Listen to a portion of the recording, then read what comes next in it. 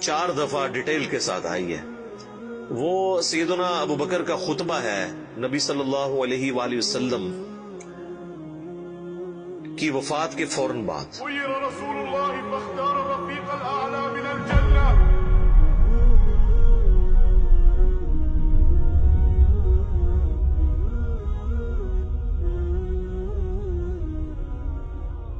اس کے اوپر میری الگ سے بھی کئی ایک ویڈیوز ریکارڈڈ ہیں جس میں میں نے وہ احادیث ڈسپلے بھی کی ہیں صحیح بخاری کے اندر، کہ جب نبی صلی اللہ علیہ وآلہ وسلم کی وفات ہوئی تو سیدنا ابو بکر جو ہے وہ حجرہ عائشہ میں داخل ہوئے، چونکہ محرم بھی تھے، اور اس حال میں کہ انہوں نے دیکھا کہ مسجد میں جھمگٹا لگا ہے اور سیدنا عمر جو ہے وہ تلوار اٹھائے کھڑے ہیں کہ جو کوئی کہے گا کہ محمد صلی اللہ علیہ وآلہ وسلم دنیا سے جا چکے ہیں تو میں اسے قتل کر دوں گا۔ سیدنا ابو بکر حجرہ عائشہ میں داخل ہوئے، اللہ کے نبی صلی اللہ علیہ وآلہ وسلم کے مبارک چہرے سے کفن ہٹایا اور آپ کے ماتھے پر بوسہ دیا اور کہا، اے اللہ کے رسول، اللہ تعالیٰ آپ پر 2 موتیں کبھی جمع نہیں کرے گا۔ ایک موت آپ کا مقدر تھی، وہ تو آپ کو آنی تھی، یعنی ہر انسان کے لیے ایک ہی موت ہے، دوسری موت نہیں۔ اب آپ آخرت کی زندگی میں چلے گئے تو موت کا مزہ جو ایک دفعہ تو سب نے چکھنا تھا وہ آپ نے چکھ لیا۔ یہ 2 موتیں جمع نہیں کرے گا، اس کا مطلب یہ تھا کہ سیدنا عمر کو جو یہ غلطی لگ گئی تھی کہ شاید نبی علیہ السلام ڈورمنٹ پوزیشن میں چلے گئے ہیں اور آپ دوبارہ دنیا میں واپس آ جائیں گے، جس طرح کہ سیدنا موسیٰ علیہ السلام کوہ طور سے واپس آئے تھے، تو اس کی آپ نے نفی کی کہ نہیں، اس طرح نہیں ہو سکتا، ایک ہی دفعہ موت آنی ہوتی ہے، اب حضور کو موت آئی، اب آپ دنیا میں واپس نہیں آئیں گے۔ سورۃ الواقعہ میں سورہ یاسین میں واضح موجود ہے کہ جو دنیا سے چلا گیا وہ واپس نہیں آئے گا۔ اور اس کے بعد سیدنا ابو بکر، صحیح بخاری کے الفاظ ہیں، مسجد نبوی میں آئے اور دیکھا کہ سیدنا عمر کے گرد لوگ جمع ہیں، تو وہ سیدھا ممبر پہ چڑھے اور کہا، عمر کو اس کے حال پہ چھوڑ دو۔ یعنی اس وقت حضرت عمر کو سمجھانے کی لوگ کوشش کر رہے تھے، تو انہوں نے کہا ان کو چھوڑ دے، آپ میری طرف متوجہ۔ چونکہ سیدنا ابو بکر کا ایک مرتبہ اس حوالے سے سیدنا عمر سے بھاری تھا، لوگ ان کی طرف متوجہ ہوئے، تو انہوں نے ممبر پر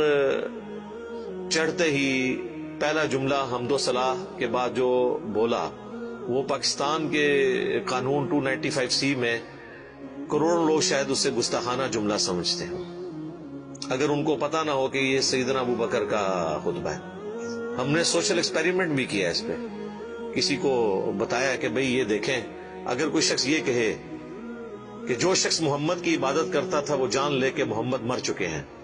اور جو اللہ کی عبادت کرتا ہے وہ جان لے کہ اللہ زندہ ہے، اسے کبھی موت نہیں آئے گی، تو آگے سے جواب سننے کو ملا، یہ کون گستاخ ہے جس نے یہ بات کی ہے؟ کوئی بھی نہیں، حضور کی تو عبادت کوئی بھی نہیں کرتا ہے، کون جملے بنا دو۔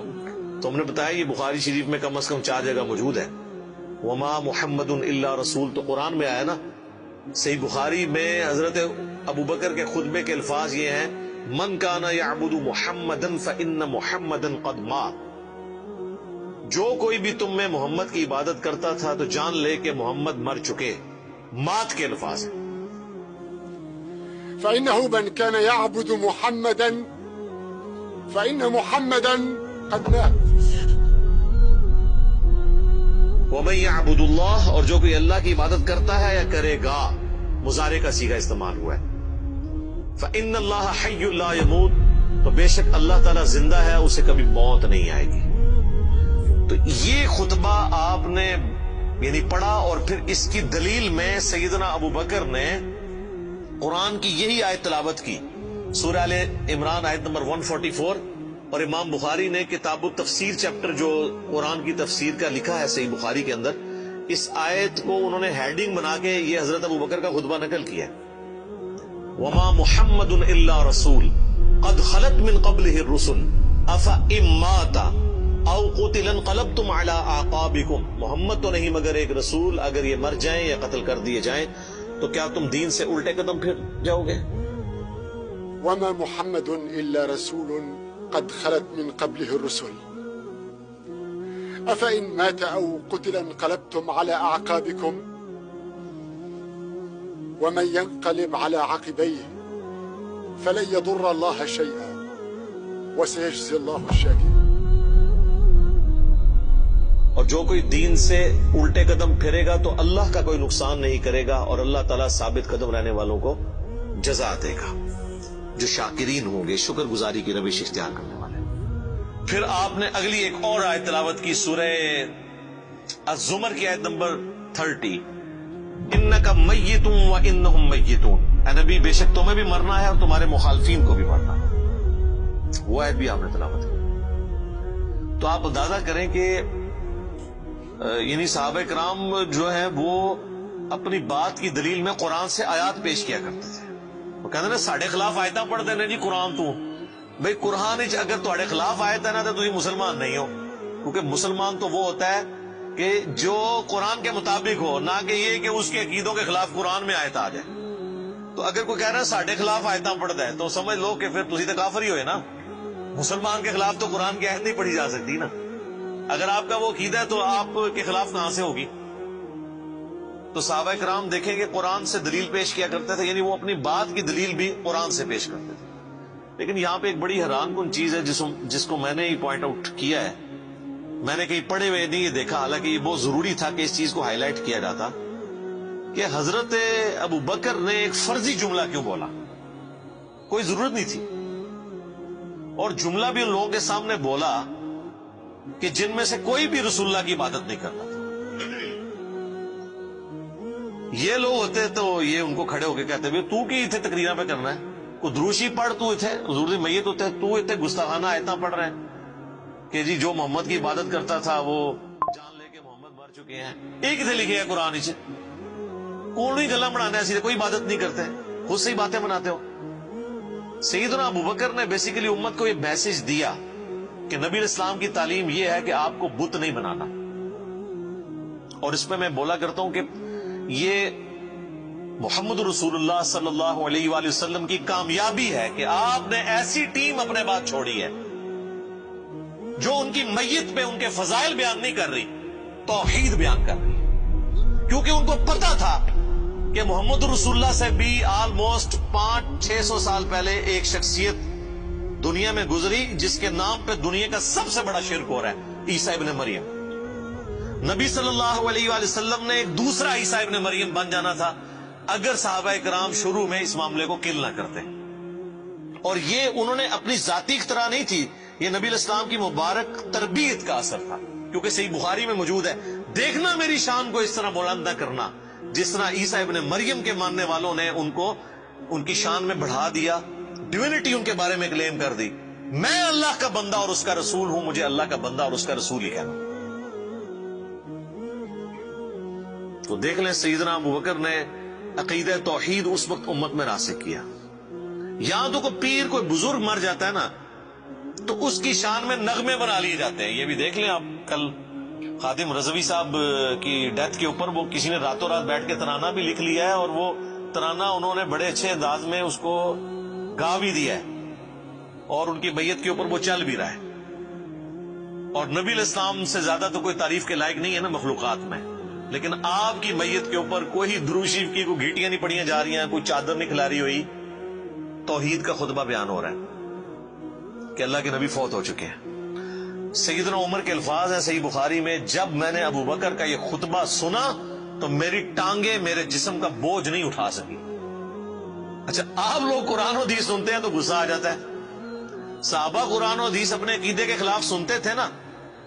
تو ان کی ٹانگیں ان کے جسم کا بوجھ نہیں اٹھاتی تھی، وہ اتنے پشیمان ہوتے تھے کہ میں غلط کانسیپٹ کے اوپر ہوں، میں فوراً رجوع کروں۔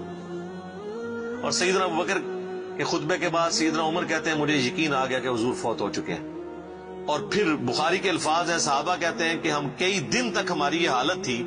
جب ہم ایک دوسرے کو ملتے تھے نا تو ہم یہ آیت سناتے تھے، وما محمد الا رسول قد خلت من قبلہ الرسل، یہ سورہ آل عمران کی آیت نمبر 144، تاکہ ہمیں یہ یقین آ جائے کہ نبی الاسلام دنیا سے جا چکے ہیں۔ ایک دوسرے کو یہ آیت سنایا کرتے تھے، گستاخانہ آیت، یہ تو گستاخانہ ہی کہتے ہیں نا۔ یہ ہوتے تھے جناب ایک دوسرے نو جناب کچھ اور ہی سنا دے، نعتاں سناندے رہندے۔ تو صحابہ نے ظاہر ہے انہوں نے تو مشن لے کے چلنا تھا نا، ان کو تو پتا تھا کہ پیغمبر کا کام ہے اللہ کا پیغام دنیا تک پہنچانا، اس کے بعد وہ امت کے کام حوالے کر کے چلے گئے ہیں۔ اب پیغمبر کے ساتھ نسبت اس کی ہوگی، محمد رسول اللہ کا لاڈلا قیامت کے دن وہ ہوگا، حضور کی شفاعت کا حقدار وہ شخص ہوگا جو نبی الاسلام کے مشن کو آگے لے کے چلے گا۔ یہ نہیں ہے کہ جو جتنا اونچا نعرہ مارے گا۔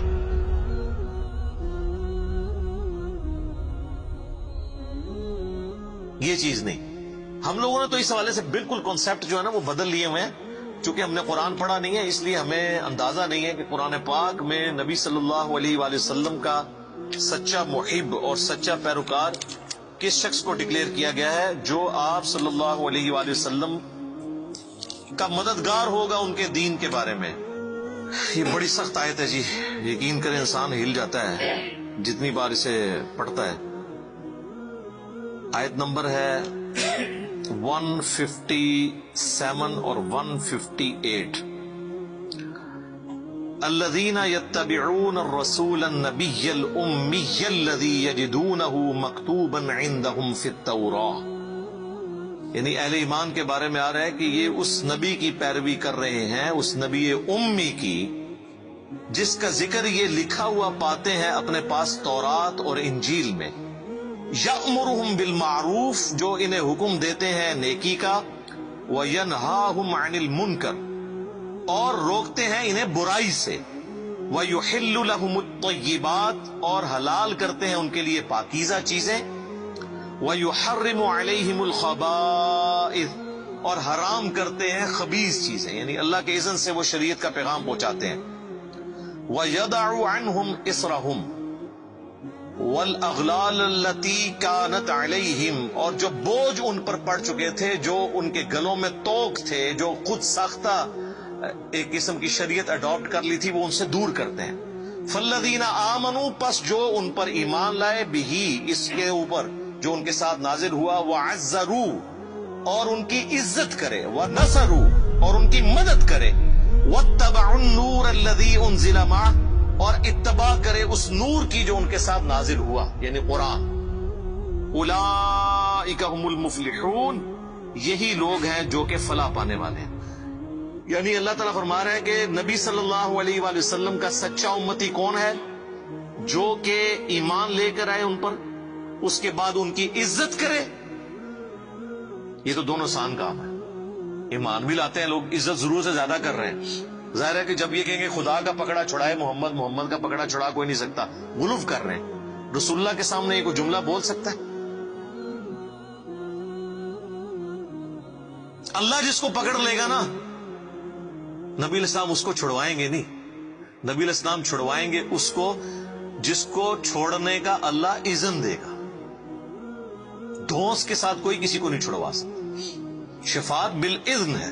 ہر دفعہ نبی الاسلام جا کے سجدہ کریں گے اور اللہ تعالیٰ اذن عطا فرمائے گا اور مقرر کرے گا تعداد کہ اتنے لوگوں کو جن کا ایمان اس لیول کا ہے اب ان کو نکال لیں، جن کا ایمان اس لیول کا ہے ان کو نکال لیں۔ نبی الاسلام اپنی مرضی سے کچھ نہیں کر سکتے، یہ تو عقیدہ ہی گستاخانہ ہے۔ تو اللہ تعالیٰ ہمارا ایمان لاؤ اس نبی کے اوپر، عزت کرو، وَنَصَرُوا، اور مدد کرو ان کی کاز میں، ان کے مشن میں، وَاتَّبَعُوا النُّورَ الَّذِي أُنزِلَ مَعَهُ، اور اتباع کرو اس نور کی جو ان کے ساتھ نازل ہوا، یعنی قرآن۔ اولئک هم المفلحون، ایسے لوگ ہیں فلاح پانے والے، یہ لوگ فلاح پائیں گے۔ تو فلاح کے لیے صرف ایمان لانا ضروری نہیں ہے، بلکہ رسول اللہ کی مدد بھی کرنی ہے، آپ کی عزت اور تعظیم کے ساتھ آپ کی مدد اور قرآن کی پیروی۔ تو صحابہ کرام نے حضور کی میت کے اوپر عقیدہ راسخ کر کے بالکل صحیح بات بتا دی، اور آپ دیکھیں صحابہ کو کبھی یہ وہم بھی نہیں آیا تھا کہ نبی علیہ السلام سے ہم نے جا کے اب ڈائریکٹ کوئی بات کرنی ہے، ورنہ آپ دیکھیں حضور کی میت رکھی ہوئی ہے، صحیح بخاری میں ڈیٹیل موجود ہے، میرا ایک کلپ بھی ریکارڈڈ ہے، سیدہ فاطمہ کا قاتل کون، اس میں میں نے ڈیٹیل سے سقیفہ بنی ساعدہ کی حدیث بیان کی تھی کہ کسی کے دماغ میں بھی یہ مشورہ نہیں آیا کہ نبی علیہ السلام سے آپ کی ابھی میت باہر ہے، ابھی تو قبر میں نہیں گئے، جو لوگ قبر پہ جا کے مانگتے ہیں اور بزرگ باپوں کی، رسول اللہ تو ابھی ان کی میت باہر رکھی ہوئی ہے، جا کے آپ کے میت سے جا کے پوچھ لیں کہ یا رسول اللہ بتائیں آپ کا سکسیسر کون ہے آپ کے بعد۔ کسی کو وہم نہیں آیا، بعد کے لوگ پتہ نہیں کیا کیا دعوے کرتے ہیں۔